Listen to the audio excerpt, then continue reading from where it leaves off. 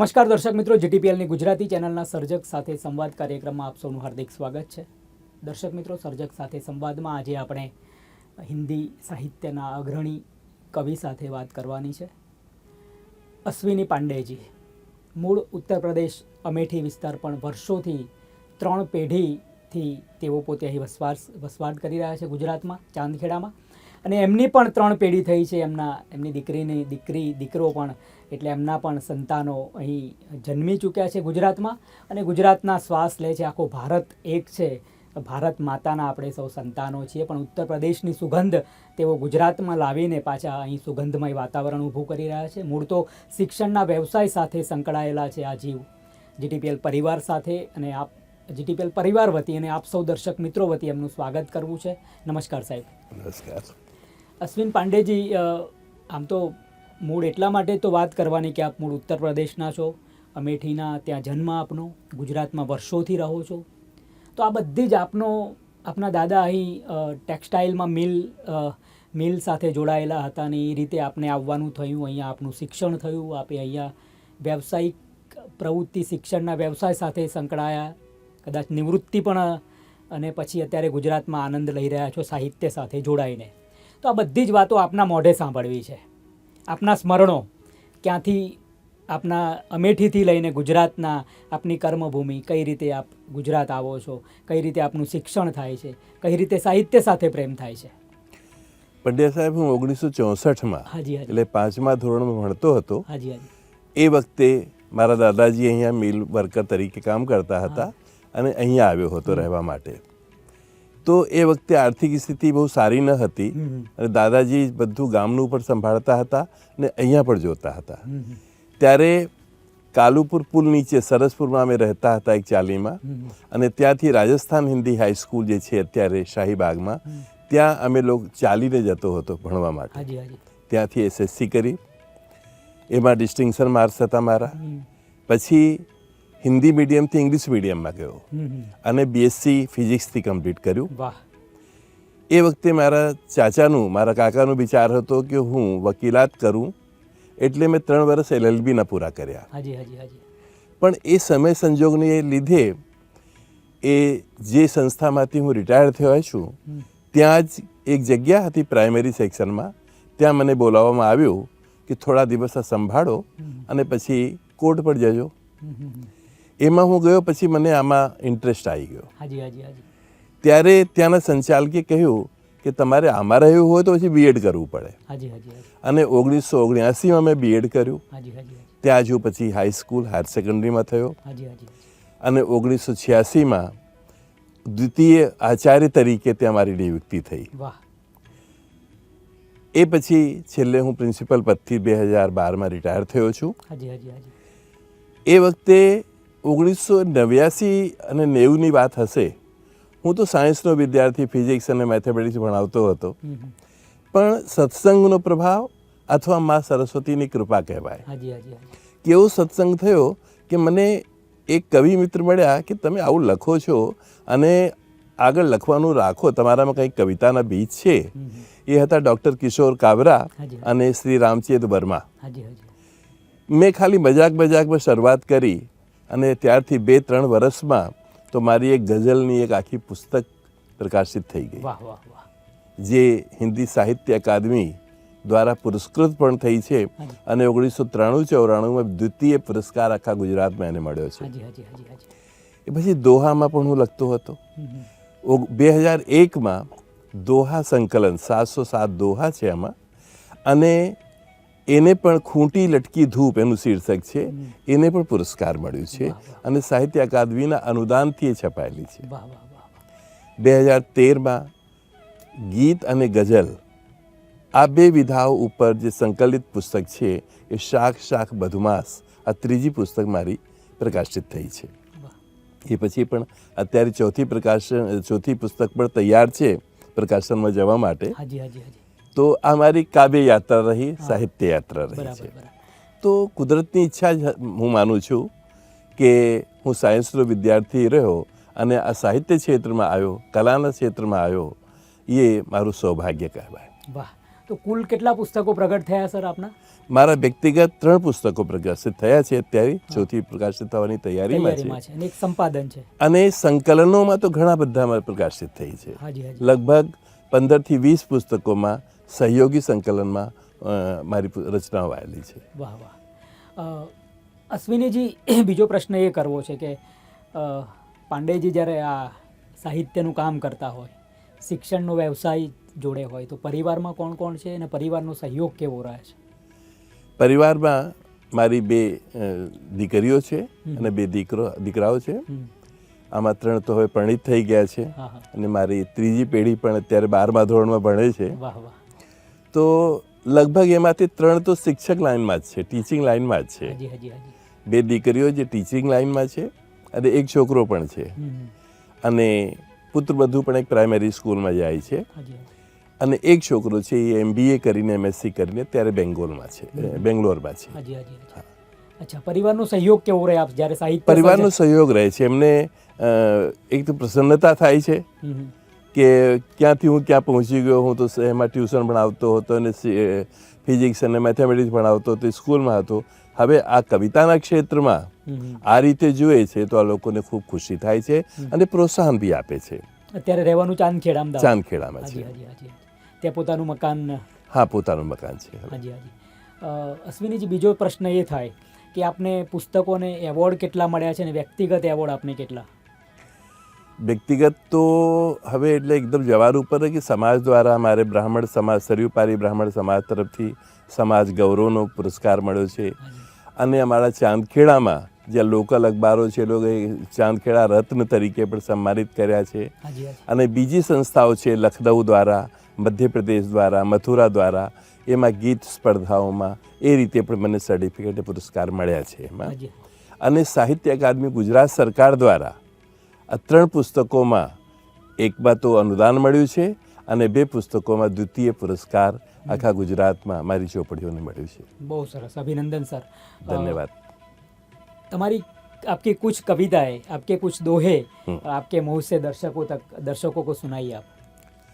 जी हाँ, हिंदी की कविताएं आपकी. ठीक है. मैं पहले एक 4 पंक्तियां प्रस्तुत कर रहा हूँ. हाँ जी हाँ जी. मेरा ये मानना है कि आवकार. माँ सरस्वती की कृपा से ही ये सब होता है और हम मात्र उसके निमित्त हैं. हाँ जी हाँ जी. ये 4 पंक्तियां हैं कि मीत मन से मन मिला तू और स्वर से स्वर मिला. मीत मन से मन मिला तू और स्वर से स्वर मिला. शब्द गीतों में ढले कुछ इस तरह अक्षर मिला. वाह. और दर्द में भी मुस्कुराते गुनगुनाते हैं सदा. दर्द में भी मुस्कुराते गुनगुनाते हैं सदा.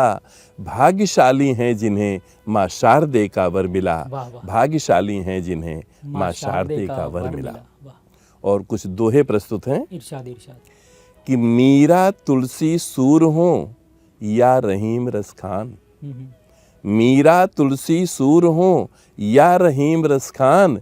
और शब्दों से सबका रहा रिश्ता एक समान. शब्दों से सबका रहा रिश्ता एक समान. और अपने अपने कर्म हैं, अपनी है तकदीर. अपने अपने कर्म हैं, अपनी है तकदीर. कोई दास कुबेर का, कोई दास कबीर. कोई दास कबीर का, कोई दास कबीर. और कभी बन सकता है वही रहे शहर या गांव. कभी बन सकता है वही जो रहे शहर या गांव. और स्वयं खड़ा रहे धूप में दे औरों को छांव.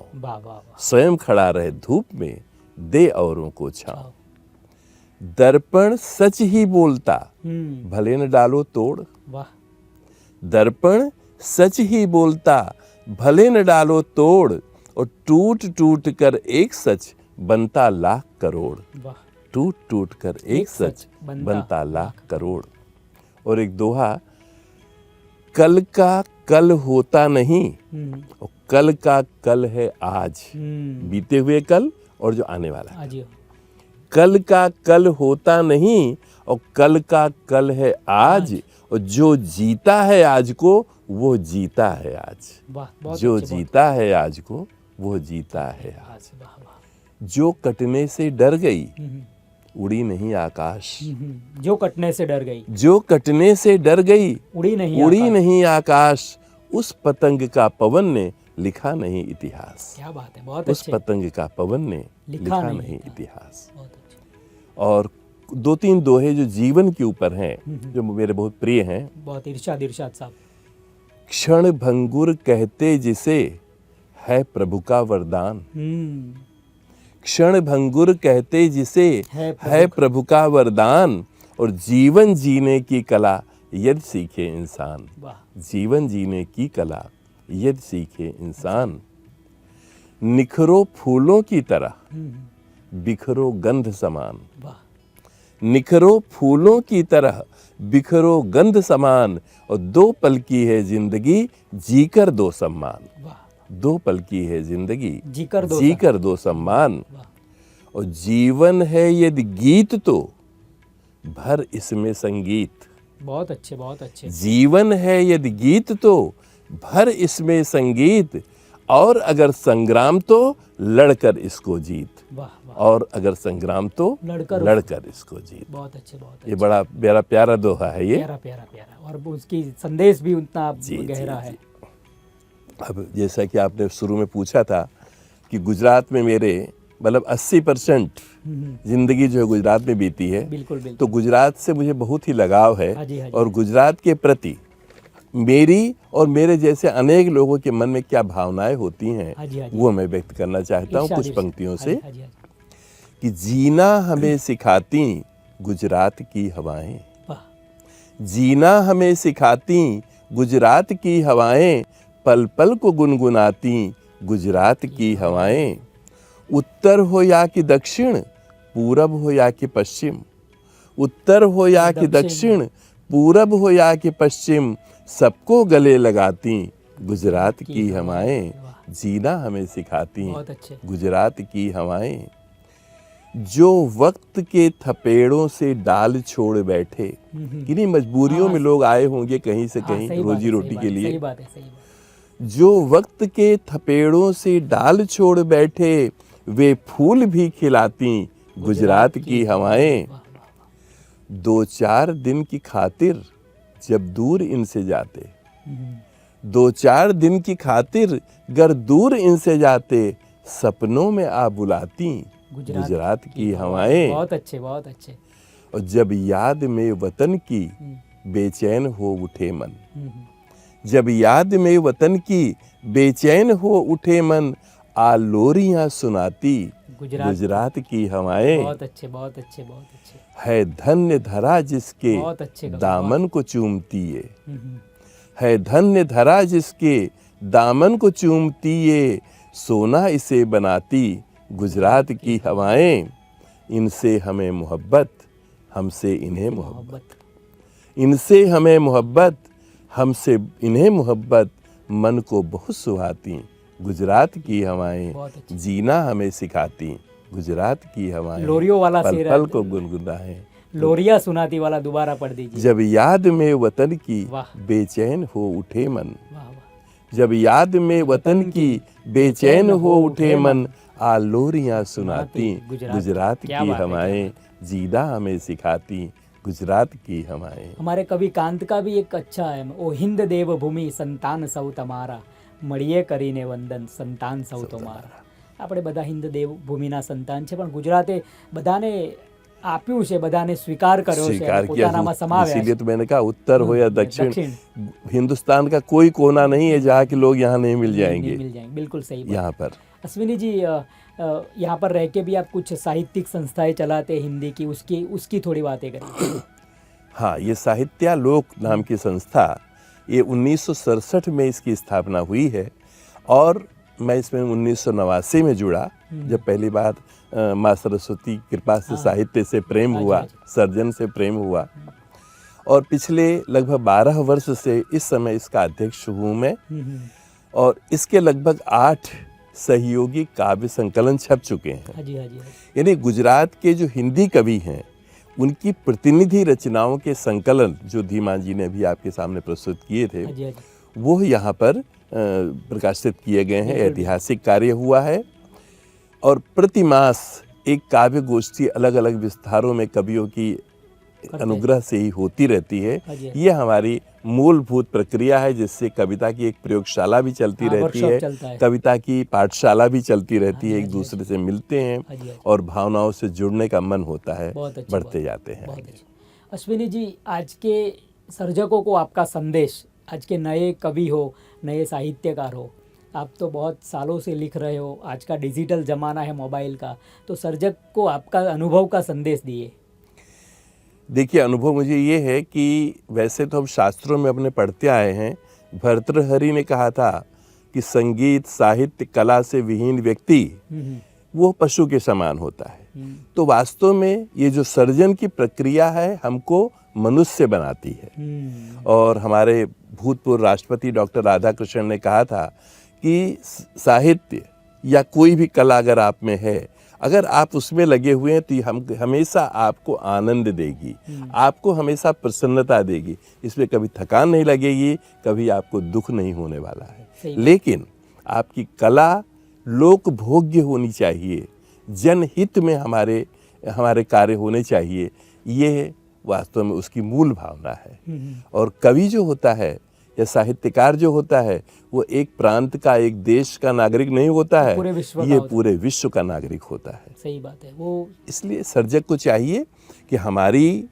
जो रचना है, हमारी कृति है, वो सर्वोत्कृष्ट हो, ये जरूरी नहीं है, हो भी नहीं सकती है, लेकिन हम उसको सूक्ष्मता से उसका सर्जन करें, ये आवश्यक है। उसमें जान हो, बिल्कुल जाना, हम अपना सर्वश्रेष्ठ उसके अंदर भरने की कोशिश करें। और जो कवि की अमरता होती है वो उसकी भावनाओं से ही आती है, और भावनाओं को अपनी कृति में, अपनी रचना में, अपने सर्जन में वो भरता है। बिल्कुल बिल्कुल। अश्विनी जी, भारत भर में आप गए होंगे कवि सम्मेलनों में, कोई ऐसा यादगार प्रसंग हो, साहित्यिक प्रसंगों का, जो आपको हमेशा याद रहा हो, क्या बात है, इसमें मज़ा आ गया, इस कवि मिले, इस कवि के साथ काव्य पाठ किया, जो आपके वो अनुभव आप शेयर करिए। जी, एक बार हमको 2014 में त्रिपुरा में अगरतला है, और अगरतला में एक कवि सम्मेलन में जाने का अवसर मिला था। तो यहाँ से भी कवि गए थे और भारतीय स्तर से भी कवि आए थे। और वहाँ पर मैंने देखा कि वहाँ के मुख्यमंत्री भी आकर के सामने बैठे हैं। त्रिपुरा छोटा स्टेट है और राजधानी अगरतला ही है। और शाम के समय एक एक व्यक्ति ने जैसे एक एक शब्द को किस प्रकार से ग्रहण किया था, जबकि ज़्यादातर लोगों की मातृभाषा हिंदी नहीं है वहाँ, लेकिन वो सबको ग्रहण करना चाहते थे, स्वीकार करना चाहते थे, आनंद ले रहे थे।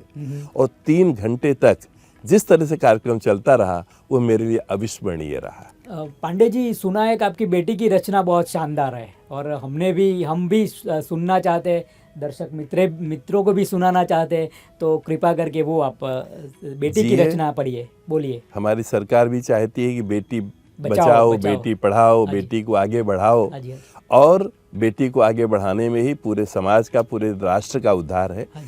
तो बेटी के प्रति जब छोटी होती है उससे बड़ी होती है, 2-2 पंक्तियों में अलग अलग दृश्य हैं, आप देखिएगा। खुशियों का सावन बरसाती झड़ी हो गई है बेटी, खुशियों का सावन बरसाती झड़ी हो गई है बेटी, और जीवन के प्रति अरमानों की लड़ी हो गई है बेटी। अब थोड़ी और बड़ी होती है। पिता कह रहे फूलों जैसी प्यारी कोमल सी गुड़िया, पिता कह रहे फूलों जैसी प्यारी कोमल सी गुड़िया, और माँ की नजरों में जाने क्यों बड़ी हो गई है बेटी, माँ की नजरों में जाने क्यों बड़ी हो गई है बेटी। और जब से उसने देख लिया है दर्पण में खुद का चेहरा, जब से उसने देख लिया है दर्पण में खुद का चेहरा, और दुगुनी गत से चलने वाली घड़ी हो गई है बेटी। सास ससुर में माता पिता का स्नेह अगर मिल जाए तो, सास ससुर में माता पिता का स्नेह अगर मिल जाए तो, 2 परिवार जोड़ने वाली कड़ी हो गई है बेटी। और दुर्गा लक्ष्मी सरस्वती का कर एहसास स्वयं में वह, दुर्गा लक्ष्मी सरस्वती का कर एहसास स्वयं में वह अबला मिट अपने पांवों पर खड़ी हो गई है बेटी। और आखिरी इरशाद शेर है कि छोड़ विवशता थाम लिया उसने विकास का पथ जब से। छोड़ विवशता थाम लिया उसने विकास का पथ जब से, तब से बूढ़े माता पिता की छड़ी हो गई है बेटी। तब से बूढ़े माता पिता की। एक गीत प्रस्तुत है। बिल्कुल बिल्कुल। घटा बन के सावन डराने लगे तब समझना कि मैंने तुम्हें खत लिखा है। क्या बात है। आज तो खत का जमाना ही चला गया है। बिल्कुल, मोबाइल जब से आ गया है खत क्या होता है लोग भूल गए हैं।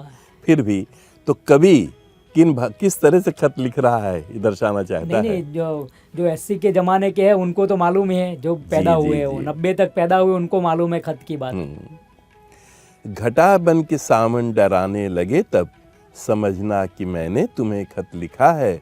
और प्रणय गीत कोयल सुनाने लगे तब समझना कि मैंने तुम्हें खत लिखा है। वाह वाह। बसंती बयारों के रसवंती झोंके, बसंती बयारों के रसवंती झोंके बढ़ बढ़ के बाहें गहे हाह रोके। बसंती बयारों के रसवंती झोंके बढ़ बढ़ के बाहें गहे राह रोके। और मधुबन भी खुशबू लुटाने लगे तब समझना कि मैंने तुम्हें खत लिखा है। घटा बन के सावन डराने लगे तब समझना कि मैंने तुम्हें खत लिखा है। और निमिया के झूले पे जियरा लुभाए, निमिया के झूले पे जियरा लुभाए बढ़े पेंग इतनी कि अंबर लजाए।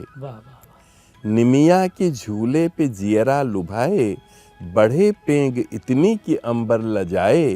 और गोधूल संध्या जगाने लगे तब समझना कि मैंने तुम्हें खत लिखा है। और घटा बन के सावन डराने लगे तब समझना कि मैंने तुम्हें खत लिखा है। मुंडेरिया पे आ के कागा जो बोले, मुंडेरिया पे आ के कागा जो बोले आंखों में छाए नशा हौले हौले।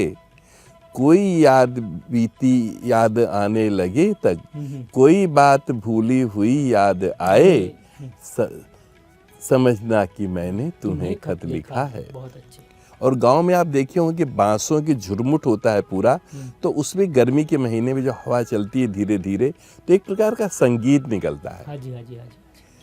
तो बांसों की झुरमुट से बंसी की धुन में, बांसों के झुरमुट से बंसी की धुन में पुरवा बुलाती हो सैनों से वन में। और अचानक कदम डगमगाने लगे तब समझना कि मैंने तुम्हें खत लिखा है। घटा बन के सावन डराने लगे तब समझना कि मैंने तुम्हें खत लिखा है। और सरसों के फूलों की पियरी चुनरिया, सरसों के फूलों की पियरी चुनरिया और महला दुमहला से सूनी सेजरिया। और रह रह के ताने सुनाने लगे तब समझना कि मैंने तुम्हें खत लिखा है। घटा बन के सावन डराने लगे तब समझना कि मैंने तुम्हें खत लिखा है। और आखिरी कोई बात बिसरी हुई याद आए, कोई बात भूली हुई याद आए हवा आके कानों में कुछ गुनगुनाए। कोई बात बिसरी हुई याद आए हवा आके कानों में कुछ गुनगुनाए। और मधुर स्वप्न बिस्तर बिछाने लगे तब समझना कि मैंने तुम्हें खत लिखा है। घटा बन के सावन डराने लगे तब समझना कि मैंने तुम्हें खत लिखा है। प्रणय गीत कोयल सुनाने लगे तब समझना कि मैंने तुम्हें खत बहुत लिखा अच्छे, है। बहुत अच्छे, बहुत अच्छे, बहुत अच्छे। દર્શક મિત્રો, આપણે અશ્વિની પાંડેજી સાથે મળી રહ્યા હતા. ગુજરાતમાં રહીને કેવા શ્વાસ કવિતાના ભરે છે, સુંદર કાવ્ય સંગ્રહો આપ્યા છે. દોહાથી લઈને એ દોહા કેટલા ઉત્તમ પ્રકારના કવિતા અને પાછા ગીત પણ સુંદર લખે છે. અશ્વિની પાંડેજીને મળીને એક આનંદ થયો છે. ખૂબ સાહિત્ય લોક સાથે જોડાઈને સાહિત્યની અનેક પ્રવૃત્તિઓ તેઓ કરી રહ્યા છે. ખૂબ ખૂબ વંદન કરીએ અશ્વિની પાંડેજીને અને જીટીપીએલ પરિવાર વતી અને આપ સૌ દર્શક મિત્રો વતી સ્ટુડિયોમાં આવવા માટે એમનો હાર્દિક આભાર માનીએ. આભાર સાહેબ.